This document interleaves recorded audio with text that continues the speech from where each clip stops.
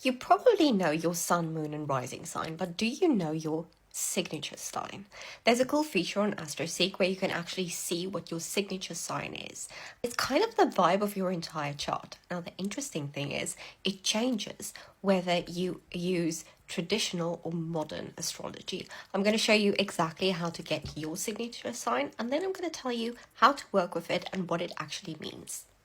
By the way, my name is Nadia, I'm Neurospicy, and I have a bit of a data addiction. So in the comments, I would love to know, what is your sun, moon, rising, and what is your signature sign? Because that would be fascinating data.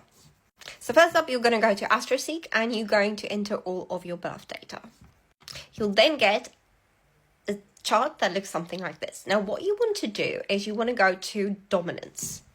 It will automatically give you all of these dominant signatures, and it will do it in modern astrology. Modern astrology takes into account Uranus, Neptune, and Pluto.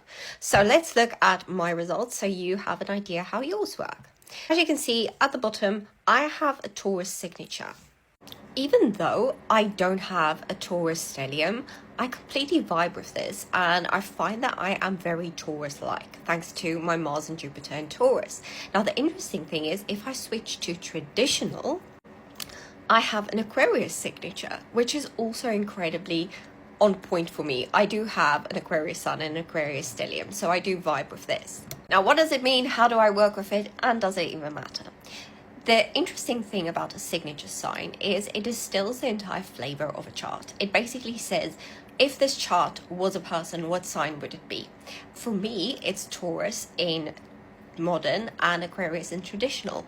But the thing that I love using about it, actually seeing how much the outer planets affect you. I like to work backwards. So in personal planets, without the outer planets taken into account, I am definitely a Aquarius, and I'm a quirky Aquarius. However, when I use the modern planets, it switches to Taurus.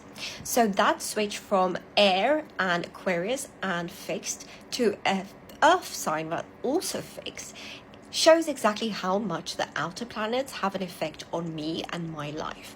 It's kind of like a checkpoint to see how do I differ in modern astrology versus traditional astrology.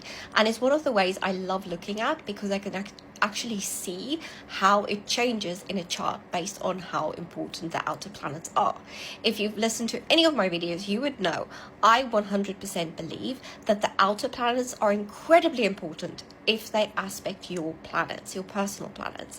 If they're not talking to your personal planets, they're not really affecting you as a person, then they shouldn't really be taken into account. If you're a ride or die and you made it to the end, thank you so much. I truly love you. I'm sending you the biggest hug ever. And in the comments, I would love to know, do you prefer pasta or rice? If someone said to you, you are not allowed to eat pasta ever again, but you can have rice, or you're not allowed to eat rice ever again, you only eat pasta, what would you choose? It would be difficult because I do love Nando spicy rice, but it will probably be pasta. The gluten. Big fan of anything that comes from wheat.